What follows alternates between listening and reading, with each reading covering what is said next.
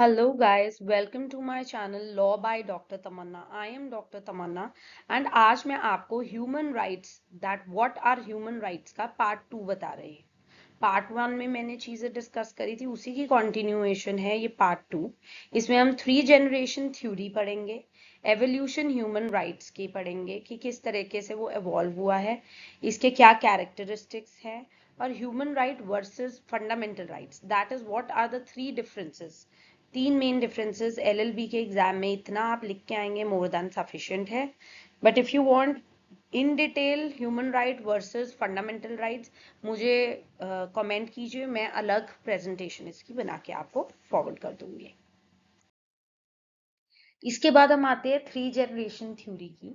3 generation theory basically कहती है कि 3 जनरेशन आती है हमारी ह्यूमन राइट की। वैसे एक चौथी जनरेशन भी आजकल बात चल रही है इस बारे में कि देयर इज आ रही है या धीरे धीरे और भी बढ़ेगी ये।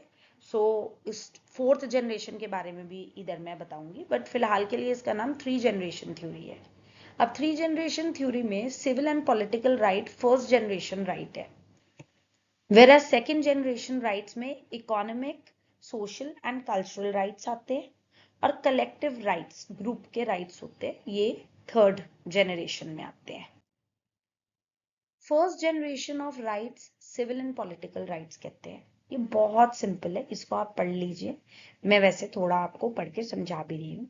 ये जो है ये फंडामेंटली सिविल एंड पॉलिटिकल होते हैं नेचर में, जैसा कि नाम बताया सिविल एंड पॉलिटिकल राइट्स, इनकी नेचर भी सिविल और पॉलिटिकल ही है। फर्स्ट जनरेशन राइट इंक्लूड करते हैं right to life, equality before the law, freedom of speech, freedom of religion, property rights, right to fair trial, voting rights.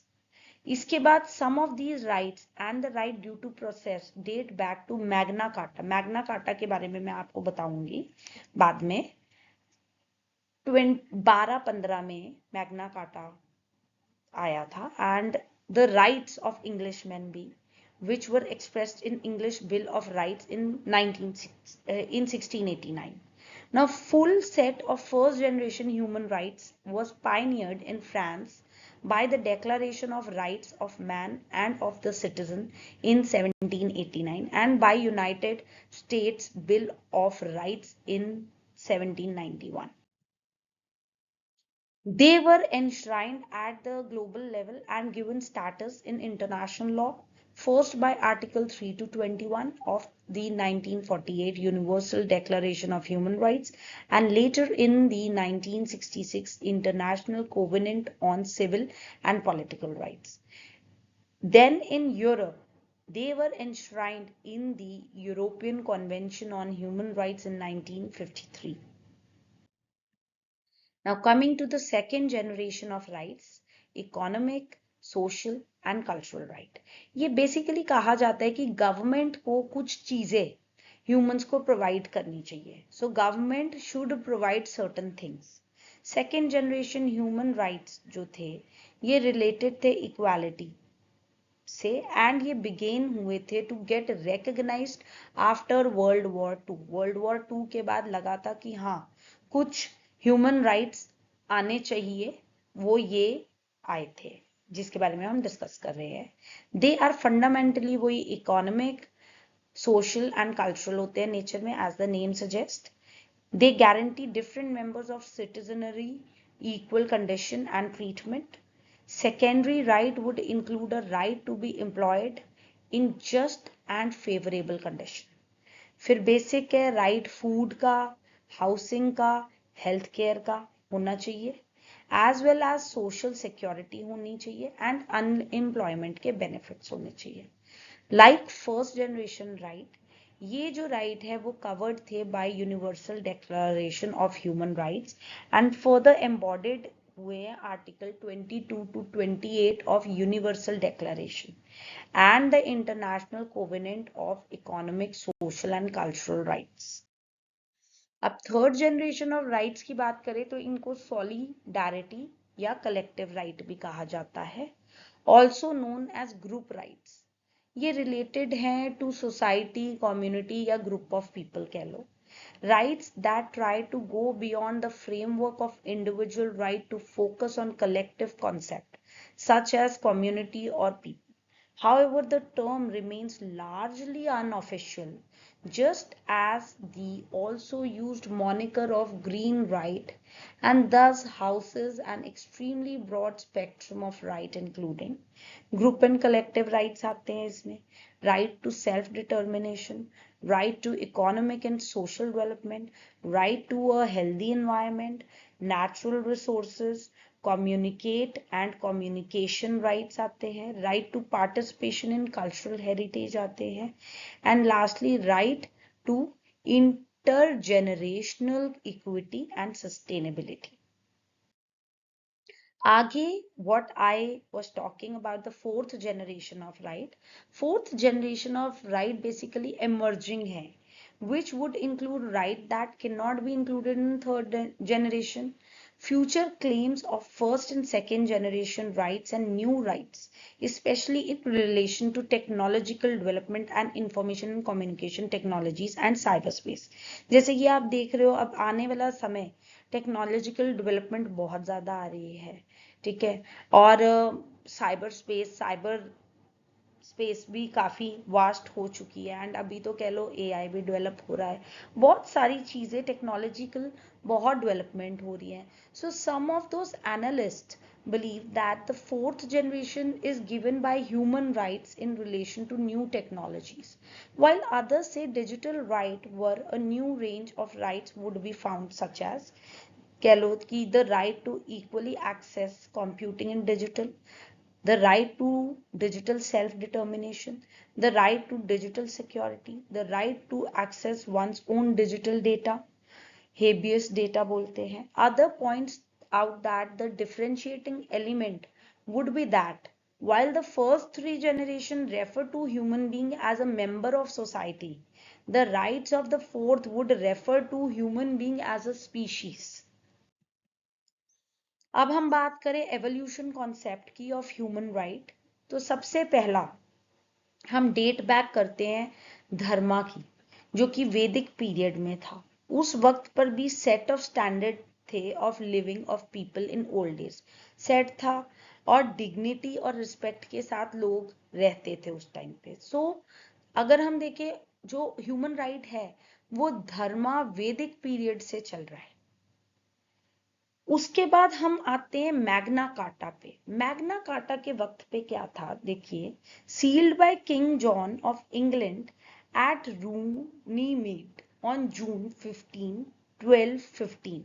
जो Magna carta है इसको ग्रेट चार्टर भी कहा जाता है. ये एक बेसिकली हिस्टोरिक पीस ट्रीटी थी जो कि करी गई थी. इसमें लोगों ने डिमांड करी थी किंग से कि आप ऑप्रेसिव टैक्सेशन नहीं लगा सकते, आर्बिट्री अब्यूजेस नहीं कर सकते of the power, that is कोई भी इम्प्रिजनमेंट विदाउट फेयर ट्रायल नहीं होनी चाहिए. It established the ground breaking principle that everyone including the monarch is subject to the law. Law follow होना चाहिए. व्हेन इनिशियली 1216 में और 1217 में intended as a failed peace treaty, the Pope annulled it within weeks, sparking the First Barren War. It was reissued, बाद में इसको दोबारा reissue करा गया है by John's successors के थ्रू 1297 में, and then it became a cornerstone of the modern democracy. So Magna carta को इसलिए ग्रेट चार्टर कहा जाता है. ग्रेट चार्टर क्यों कहा जाता है, देखो इसने डिमांड करा था कि कर्ब करा जाए, रोका जाए ऑपरेसिव टैक्सेशन को, फेयर ट्रायल होना चाहिए, आर्बिट्री अब्यूजेस ऑफ पावर को रोकना चाहिए. ठीक है. Now the third is Petition of Right 1628. ये भी एवोल्यूशन का पार्ट है. A statement of civil liberties sent by English parliament. Human right improved हुए थे एंड एनहांस हुए थे इस पिटीशन में, जो आप ये जो पिटीशन है 1628 की. इसके बाद द बिल ऑफ राइट्स आ गया 1689 में. इसने क्या कहा, इसने basic civil rights were clearly defined कर दिए थे in the landmark act in the constitutional law of England. इसके बाद द वर्जीनिया डिक्लेरेशन आई 1766 में। इसने specific fundamental rights of man बताए। All man are by nature equally free and independent and have certain inherent rights. So इसने कहा जितना भी ह्यूमन प्रजाति है वो by nature he equally free है, इंडिपेंडेंट भी हैं, और कुछ इनके पास सर्टेन इनहेरेंट राइट भी हैं जो बाय बर्थ इनको मिल रहे हैं। ह्यूमन राइट की एवोल्यूशन के कॉन्सेप्ट में constitution of USA 1787 plays an important role. It is primary role in human right evolution step from the immediate addition of the Bill of Rights 1791. 1791 में bill of rights आया था और ये बहुत ही primary role आता है in the development of Human right evolution. Evolution of rights and milestone में include होता है 1791 bill of rights, the reconstruction amendment 1865 से 1870 तक और 19th अमेंडमेंट 1920 की। ये तीनों चीजों ने मिलके ग्लोबल इन्फ्लुएंस इतना स्ट्रॉन्ग करा कि all this served as a major philosophical model for international human rights framework including the Universal Declaration of Human Right. थोड़ा सा मैं ब्रीफ बता देती हूँ आपको। 1791 बिल ऑफ राइट्स जो है वो करता है codified fundamental civil and political liberties, protecting freedom of speech, religion, and the press while ensuring due process. It created the first foundational baseline for restricting federal overreach. इसके बाद जो the reconstruction amendment आई, इसमें 13, 14, 15 amendment ने abolish कर दिया slavery को और cemented equal protection under the law दिया and granted suffrage to black man.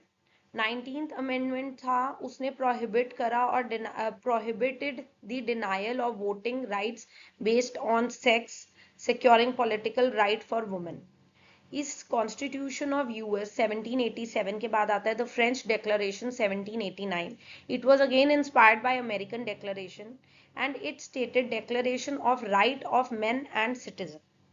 UDHR 1948 में आया। इसने it was adopted by United Nation General assembly.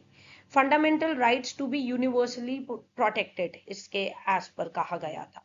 International covenants आते हैं 1966 के। इसके अंडर आ जाता है International Covenant on Civil and political Rights और दूसरा होता है International Covenant on Economic, social and Cultural Right. अब हम कैरेक्टरिस्टिक्स ऑफ ह्यूमन राइट बता रहे हैं। ये जो टर्म है universal, inherent, inalienable, indivisible and interdependent, inherent, equal and non discriminatory, protected by law, इनमें से कुछ टर्म्स हमारी डेफिनेशंस में भी यूज करी गई हैं। मैं एक एक करके थोड़ा थोड़ा आपको बताती जाती हूँ इनके बारे में। यूनिवर्सल कैरेक्टरिस्टिक का मतलब है that they apply to everyone everywhere regardless of race, sex, nationality, religion और एनी अदर स्टेटस। इसके बाद inherent, they are part of you. Inherent कहता है कि आप जो ह्यूमन है वो पैदा हुआ है इन राइट्स के साथ ना, और ये जो राइट है they are not confirmed by any government या किसी अथॉरिटी से। इन एलिनेबल का मतलब है कि इन राइट्स को आपसे कोई भी दूर नहीं कर सकता। They can not be taken away, surrendered और sold. You retain them for life. Indivisible and interdependent का मतलब होता है कि ऑल सिविल, सारे सिविल, पॉलिटिकल, इकोनॉमिक, सोशल और कल्चरल राइट्स जो है ये दे आर इक्वली इंपॉर्टेंट। ये इक्वली इंपॉर्टेंट है और इन दोनों इनको हम सेपरेट नहीं कर सकते। ये सारे इंटरडिपेंडेंट, इंटर रिलेटेड है। The fulfilment of one right often relies on the realisation of other. ये सारे इंटरडिपेंडेंट है, इंटरलिंक्ड है। एक की कंप्लीशन के लिए दूसरे का होना भी बहुत जरूरी है। इनहेरेंट का मतलब होता है something which you are born with, you are born with them, they are not conferred by any government or authority। आप पैदा होते हो इनके साथ, ह्यूमन राइट्स के साथ एक ह्यूमन बीइंग पैदा होता है।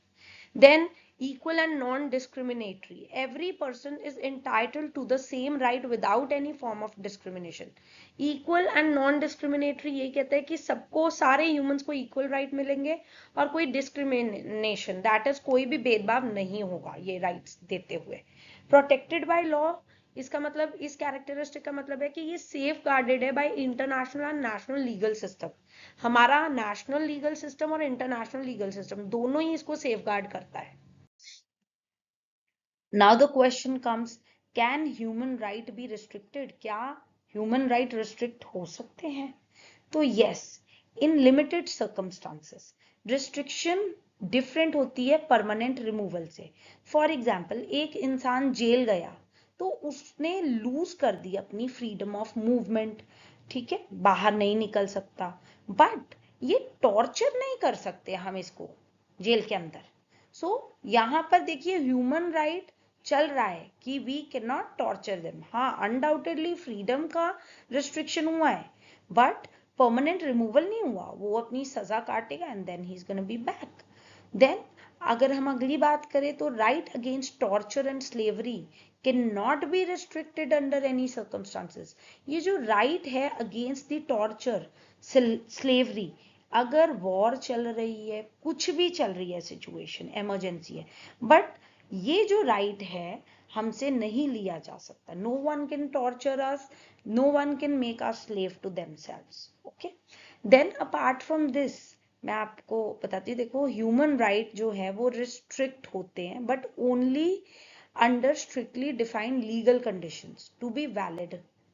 Restrictions must be prescribe by law. Law ने कहा होना चाहिए कि अच्छा ये रिस्ट्रिक्शन लग रही है। परस्यू अ लेजिटिमेट एम, जैसे कि आप लगाओ पब्लिक ऑर्डर आ गया कि नेशनल सिक्योरिटी है या प्रोटेक्टिंग अदर राइट्स है, and this has to be strictly followed, तो उस केस में हम लोग ये रिस्ट्रिक्शंस लेते हैं। फॉर एग्जाम्पल मैं आपको बताती हूँ, लॉफुल अरेस्ट एंड पनिशमेंट आता है। Individual is convicted of crime following a fair trial. Public health emergencies आ गई, जैसे कि लॉकडाउन लगा था पीछे तो बोला गया कि घर पर रहो, फिर क्वारंटीन का प्रोग्राम बनाया गया, तो यहाँ पर ह्यूमन राइट को रिस्ट्रिक्ट करा जा रहा है फॉर बेनिफिट। इसके बाद आता है national security and public order, जैसे कि प्रिवेंट वायलेंस, इंसाइटमेंट्स और acts of terrorism, protecting the right of others, defamation, laws restrict absolute freedom of to prevent discrimination. आप डिफेमेशन नहीं कर सकते किसी को, ऐसा नहीं है कि किसी के बारे में कुछ भी बोलते रहो और उसको डिफेम करते रहो फ्रीडम ऑफ स्पीच के under. Public emergencies and derogations in times of war और सेवेयर पब्लिक emergencies के टाइम पे। सो ये मैंने आपको बताई सिचुएशंस जब ह्यूमन राइट्स को रिस्ट्रिक्ट करा जाता है। Lawful arrest and punishment, public health emergencies, national security and public order, protecting the rights of others, public emergencies and derogations। अब हमारी लास्ट स्लाइड आती है जो कि आपको डिफरेंस बता रही है ह्यूमन राइट और फंडामेंटल राइट में। ये बेसिक्स आप एग्जाम में लिखाओगे तो it is going to add up to your examination writing protocol. Sources human rights के क्या होते हैं?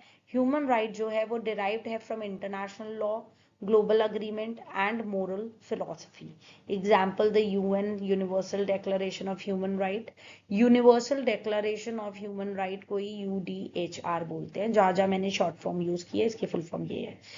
Then talking about fundamental rights, इसका सोर्स है derived directly from the nation's writer या nation's written constitution, जिन्होंने constitution लिखी थी।